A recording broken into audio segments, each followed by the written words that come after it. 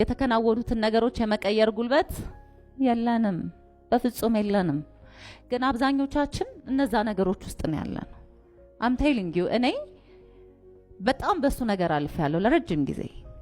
ለምን ሆነ እንዲህ ባላደርግ ኖሮ እንዲህ አይሆንም ነበር። ኦሬዲ ሆኗል። እነዚህ ሰዎች እኮ እንዲህ ስለሆንኩኝ ነው እንደዚህ ያደረጉት።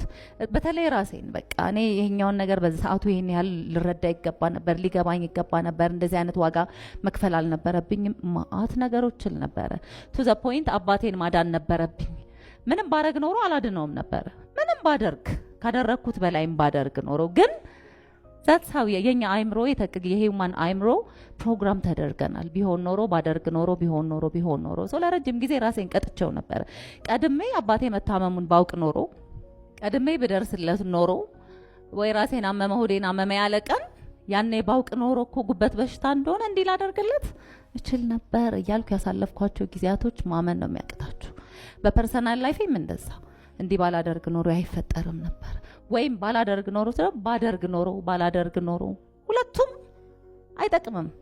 ግን ለረጅም ጊዜ ረብሸውኛል። ብዙ ሰክሰስፉል አባቶች ምን ይመስላቸዋል? ቆንጆ ጫማዎች ለልጆቻቸው ይገዛሉ። የጂንሱ አይነት በየአይነቱ ነው።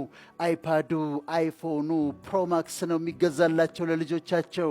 በየመኝታ ቤታቸው ቲቪ ሴት ገብቶላቸዋል፣ ኔትፍሊክስ ገብቶላቸዋል፣ አስጠኝ ተቀጥሮላቸዋል። ምግቡ ጠረጴዛውን የሞላ ነው። አባት ይህንን ሁሉ አድርጓል።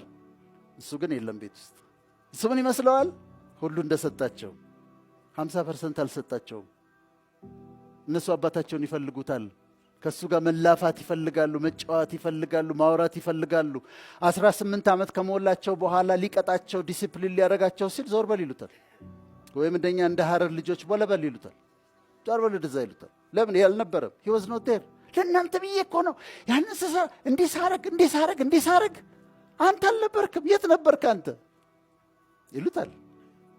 ወይም ደግሞ አቅም ያላቸው ይወስዱና አሜሪካ የሆነ ከተማ ይጥሏቸዋል። ትምህርት ቤት አስገብተው ገንዘብ ስላላቸው ከ9ኛ ክፍል ወስደው ይጥሏቸዋል። 12 ከጨረሱ በኋላ ኮሙኒኬት ማድረግ አስቸጋሪ ነው። አልነበርክም አንተ አልነበርክም። እና ለቤተሰቦቻችሁ ጊዜ ስጡ።